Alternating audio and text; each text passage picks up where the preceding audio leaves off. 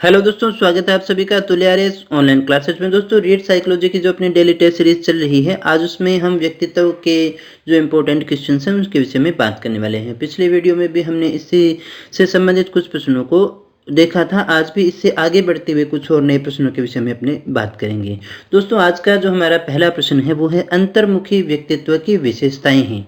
आपको बताना है अंतर्मुखी व्यक्तित्व की विशेषताएं कौन सी होती हैं। 4 ऑप्शन आपके सामने हैं, इनमें से आपको चयन करना है। वो संदेही, शंकालु और एकांत प्रिय रहने वाला होता है, दूसरों के साथ हंसी मजाक करने वाला होता है, समूह का नेतृत्व करने वाला होता है, या फिर दूसरों को अपने अनुकूल बनाने की क्षमता उसके अंदर होती है। दोस्तों, क्या है हमारा सही आंसर? अंतर्मुखी व्यक्तित्व की विशेषताएं क्या होती है? तो दोस्तों चेक करिएगा, सही आंसर हमारा वो है नंबर 1। वो एक प्रकार का संदेही, शंकालु और एकांत प्रिय व्यक्ति होता है। ये सही है। ये जो सारी है वो ये जो विशेषताएं हैं वो अंतर्मुखी की न होकर के किसकी है दोस्तों? वो सारी की सारी बहिर्मुखी व्यक्तित्व की विशेषताएं आती हैं।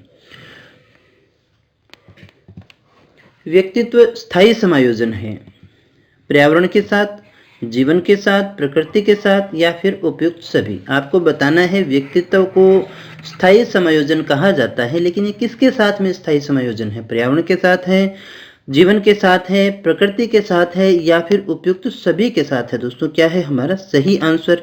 तो दोस्तों चेक करिएगा, सही आंसर हमारा वो है नंबर 4, इन सभी के साथ में। व्यक्तित्व क्या है? पर्यावरण, जीवन, प्रकृति, इन सभी के साथ एक प्रकार का स्थायी समायोजन है, जिसे हम व्यक्तित्व के नाम से जानते हैं।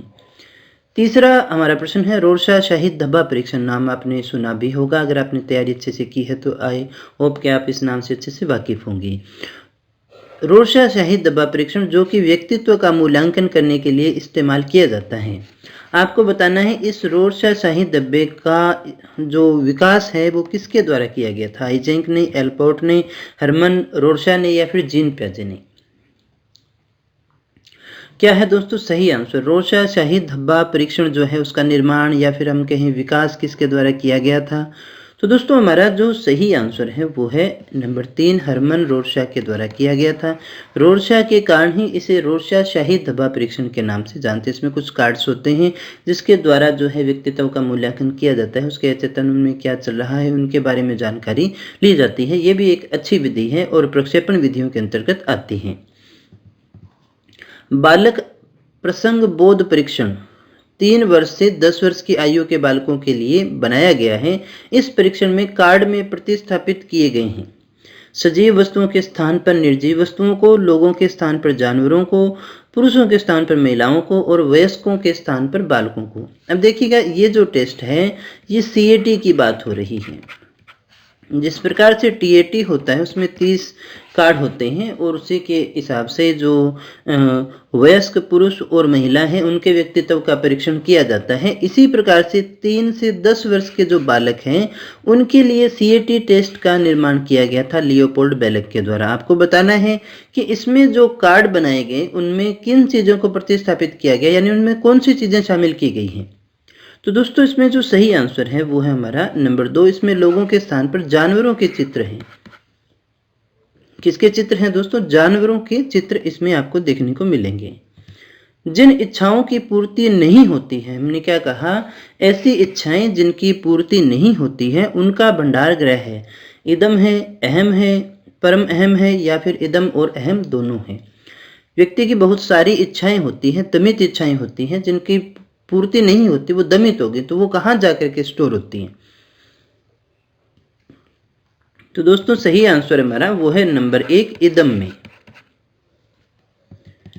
व्यक्तित्व के मूल्यांकन हेतु प्रयुक्त शब्द साहचर्य परीक्षण का प्रयोग जुंग द्वारा किया गया था 1912 में, 22 में, 48 में, या फिर 1910 में। व्यक्तित्व मूल्यांकन का जो शब्द साहचर्य परीक्षण है उसका प्रयोग युंग के द्वारा कब किया गया था? दोस्तों आपको ये बताना है। क्या है हमारा सही आंसर? तो दोस्तों सही आंसर हमारा वो है नंबर 4, 1910 में किया गया था। एक बालक के व्यक्तित्व के मापन की सर्वाधिक वस्तुनिष्ठ विधि है। यहाँ पर वस्तुनिष्ठ को ध्यान में रखिएगा दोस्तों। प्रक्षेपी विधि, साक्षात्कार विधि, प्रश्नावली विधि, या फिर समाजमिति विधि। दोस्तों क्या है हमारा सही आंसर? व्यक्तित्व मापन की सर्वाधिक वस्तुनिष्ठ विधि कौन सी होती है? क्या होगा दोस्तों सही आंसर इनमें से सही आंसर जो है हमारा दोस्तों वो है नंबर 1, प्रक्षेपी विधियां होती हैं। देखिएगा, एक वस्तुनिष्ठ होती है और एक होती है आत्मनिष्ठ विधि। देखिएगा, आत्मनिष्ठ विधि कौन सी होती है? जो मूल्यों से प्रभावित होती है, अन्य बातों से प्रभावित होती है। ये जो अभी आप परीक्षण देख रहे हैं, ये ए बस एदय वाले जो प्रश्न होते हैं, ये वस्तुनिष्ठ होते हैं। इसमें चाहे एक व्यक्ति जांच करे, दूसरा करके जाए, तीसरा करके जाए, परिणाम में परिवर्तन नहीं आता, लेकिन यहाँ पर होता रहता है दोस्तों। जैसे मान लीजिएगा कोई व्यक्ति जो है अवलोकन करके जाता है, तो उसके कुछ पूर्वाग्रह हो सकते हैं, उसके आधार पर परिणाम में परिवर्तन आ सकता है। लेकिन वस्तुनिष्ठ परीक्षण यहाँ जो है, अगर इसका आंसर 1 नंबर है और एक नंबर ऑप्शन सही है और इसके 2 अंक हैं, तो चाहे इसको कोई भी चेक करे, इसके अंक 2 ही रहने वाले हैं। लेकिन यही अगर यहाँ पर प्रश्न होता निबंधात्मक, तो क्या आप मानते हैं सभी अगर 5 नंबर का था, उसमें 3 ही नंबर देके जाते, कोई 2 भी देता, कोई 2.5 भी देता, कोई 1 भी देता, कोई 4 भी दे सकता था। तो जो चीज़ें अन्य बातों से प्रभावित होती हैं, आत्मनिष्ठ होती है, व्यक्ति से प्रभावित होती हैं, लेकिन वस्तुनिष्ठ पे किसी चीज़ का प्रभाव नहीं पड़ता। तो प्रक्षेपी विधि है वो होती कौन सी? उसमें किसी कार्ड या किसी चीज़ को आपके सामने फेंका या थोपा जाता है, जिसके ऊपर आपकी प्रतिक्रिया नोट की जाती है दोस्तों। कक्षा का एक शरारती बालक अन्य छात्रों को परेशान करता है। एक अध्यापक को उसकी समस्याओं को जानने के लिए किस विधि का प्रयोग करना चाहिए? कक्षा का एक शरारती बालक है और वो शरारती बालक है जो अन्य बालकों को परेशान कर रहा है। अध्यापक हैं आप और उसकी समस्या को जानना है, तो कौन सी विधि काम में लेंगे? सर्वेक्षण, व्यक्तिगत अध्ययन विधि, प्रायोगिक विधि या फिर पर्यवेक्षण विधि? क्या है दोस्तों सही आंसर? तो चेक करिएगा। उसके लिए हम केस स्टडी या फिर जिसे हम व्यक्ति अध्ययन विधि कहते हैं उसका इस्तेमाल करते हैं। ऐसे समस्याग्रस्त बालकों के लिए हम उसका इस्तेमाल कर सकते हैं। छात्र के असामान्य व्यवहारों के अध्ययन के लिए किस प्रणाली का उपयोग सही है? असामान्य व्यवहार है बालक के अंदर, उनके लिए कौन सी विधि काम में लेंगे दोस्तों? एक छात्र है, उसका व्यवहार असामान्य है, असामान्य व्यवहार कर रहा है, आपको बताना है कौन सी विधि काम में लेंगे? सर्वेक्षण, व्यक्तिगत इतिहास विधि, प्रायोगिक विधि या फिर पर्यवेक्षण विधि? क्या है दोस्तों सही आंसर? तो चेक करिएगा दोस्तों, सही आंसर हमारा वो है नंबर 2। उसके लिए हम व्यक्ति इतिहास विधि काम में लेंगे। बहिर्मुखी विद्यार्थी अंतर्मुखी विद्यार्थी से किस विशेषता के आधार पर भिन्न होता है? ये 4 विशेषताएं हैं, दोनों की हैं, और इसमें से आपको बताना है कि बहिर्मुखी व्यक्तित्व जो है वो अंतर्मुखी से किस आधार पर भिन्न होता है। मजबूत भावनाएं, पसंदगी एवं नापसंदगी, मन ही मन परेशान होने की अपेक्षा अपनी भावनाओं को अभिव्यक्त कर देता है, अपने बौद्धिक कार्यों में डूबा रहता है, बोलने की अपेक्षा लिखने में बेहतर होता है। अगर एक लाइन में आप ये व्यक्त करना चाहें कि बहिर्मुखी अंतर्मुखी से भिन्न है, तो किस विशेषता के आधार पर भिन्न है दोस्तों? सही आंसर चेक करिएगा, वो है नंबर 2। वो मन ही मन परेशान नहीं होता, वो अपनी भावनाओं को व्यक्त कर देता है, अंदर कुछ छुपा के नहीं रहता। कुछ लोगों को देखा होगा आपने, वो अंदर ही अंदर घुटते रहते हैं, वो अंतर्मुखी के अंतर्गत आते हैं। मनोविश्लेषणवादियों के अनुसार मानव व्यवहार का संचालन होता है किसके द्वारा होता है? चेतन मन के द्वारा, अचेतन मन के द्वारा, उपचेतन मन के द्वारा या फिर वातावरण के द्वारा? अगर हम बात करें मनोविश्लेषणवादियों की, तो उनके अनुसार मानव व्यवहार का संचालन किस प्रकार से होता है, किसके द्वारा होता है दोस्तों? क्या है? चेतन, अचेतन, उपचेतन या फिर वातावरण? दोस्तों सही आंसर हमारा वो है नंबर 2। अचेतन में जो कुछ भी है उसी के आधार पर ये संचालित होता है। निम्न में से किसने व्यक्तित्व विकास में सामाजिक अधिगम पर बल दिया था? 4 हैं, आइजेंक, रॉबर्ट मैंक्रे, बांडुरा और वाटसन। इनमें से बताना है सामाजिक अधिगम पर किसने बल दिया था, कौन सा व्यक्ति था जो सामाजिक अध्ययन पर बल देता था? दोस्तों सही आंसर हमारा वो है नंबर 3, बांडुरा। बांडुरा जो है वो इस पे बल देते थे। सामाजिक अधिगम सिद्धांत है ही किसका? बांडुरा का। ईमानदारी के मूल्यांकन के लिए एक अध्यापक कृत्रिम वातावरण सृजित करता है जहां बालक पैसा चुरा सकता है, यह उदाहरण है। ये किसका उदाहरण है दोस्तों? इनमें से आपको चेक करना है दोस्तों। एक बालक की ईमानदारी चेक करनी है, अध्यापक कैसे चेक करेगा? तो वैसे ही कृत्रिम वातावरण तैयार करता है, पैसे रखता है जहां से बालक पैसे चुरा सकता है, और उस परिस्थिति में बालक चुराता है या नहीं चुराता है, यही उसके ईमानदारी का मूल्यांकन इसके द्वारा किया जाता है। तो ये किसका उदाहरण है? प्रक्षेपण तकनीक का, परिस्थिति परीक्षण का, अवलोकन का या फिर खेल विधि का? क्या है दोस्तों सही आंसर हमारा? तो चेक करिएगा, वो है नंबर 2। ये परिस्थिति परीक्षण का उदाहरण है।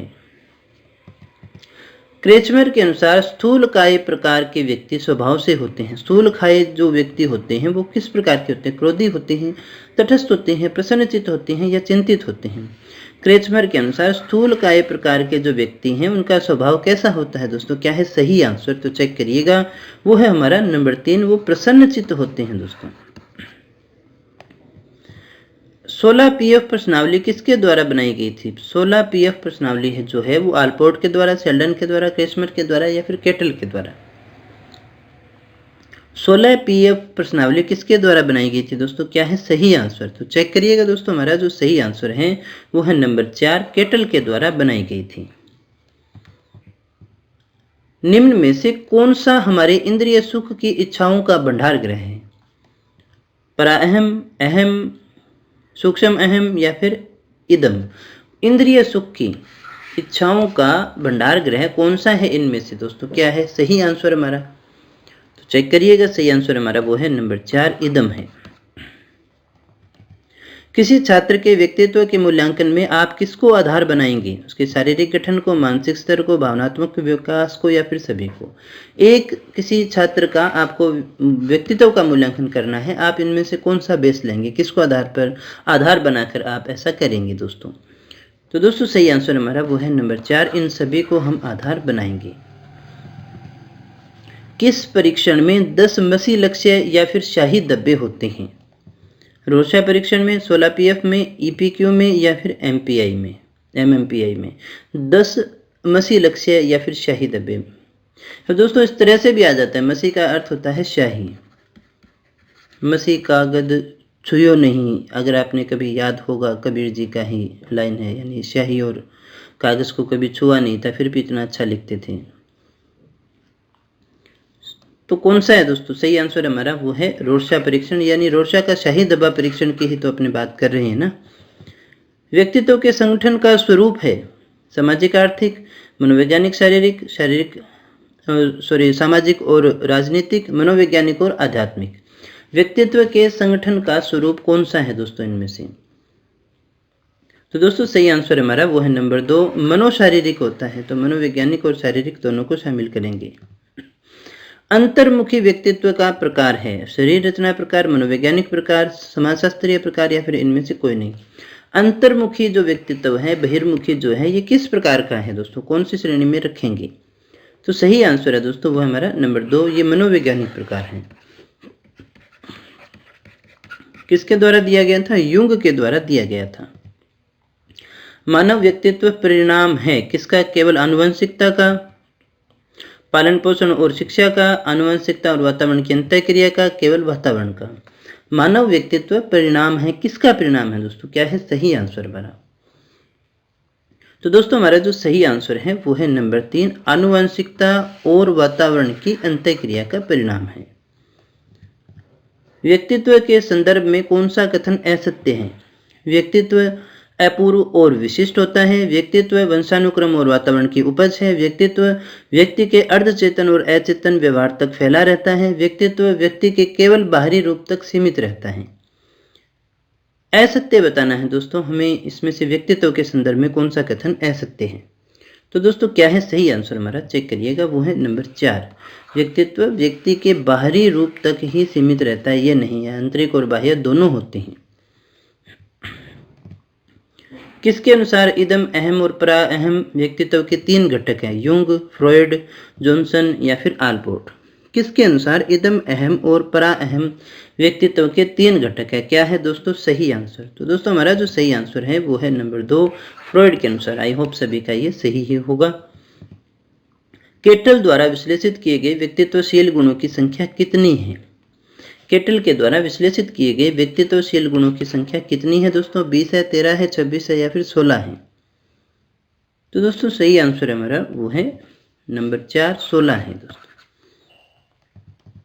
व्यक्तित्व का पहला प्रकारात्मक वर्गीकरण किसने प्रस्तुत किया था? मन ने, आलपोर्ट ने, थॉर्नडाइक ने या फिर हिप्पोक्रेटस ने? व्यक्तित्व का पहला प्रकारात्मक वर्गीकरण किसके द्वारा प्रस्तुत किया गया था दोस्तों? क्या है सही आंसर? तो चेक करिएगा, वो है हमारा नंबर 4, हिप्पोक्रेटस के द्वारा। व्यक्तित्व सीखने योग्य व्यवहारों का आदर्श संग्रह, यह किसका कथन है? व्यक्तित्व सीखने योग्य व्यवहारों का आदर्श संग्रह है। ये किसका कथन है दोस्तों? ब्रूनर, स्किनर, पियाजे या फिर फ्रॉइड? दोस्तों सही आंसर हमारा वो है नंबर 2, स्किनर का कथन है।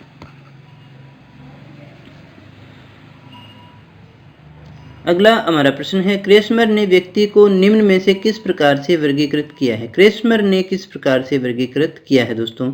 कृस्काय, सुडोलकाय, गोलकाय या फिर सभी? क्या है दोस्तों सही आंसर? तो दोस्तों सही आंसर हमारा वो है नंबर 4, इन सभी प्रकार से वर्गीकृत किया है क्रेस्मर ने। शारीरिक आधार पर है ये। रोर्शा-शाही दबाव परीक्षण को किस श्रेणी में रखा जाता है? व्यवहारात्मक, प्रक्षेपी, स्वप्रतिवेदन या फिर स्थितिपरक? रोर्शा का शाही दबाव परीक्षण जो है उसको आप किस श्रेणी में रखेंगे दोस्तों? क्या है सही आंसर? तो चेक करिएगा, सही आंसर हमारा वो है नंबर 2, प्रक्षेपी तकनीकों में आता है।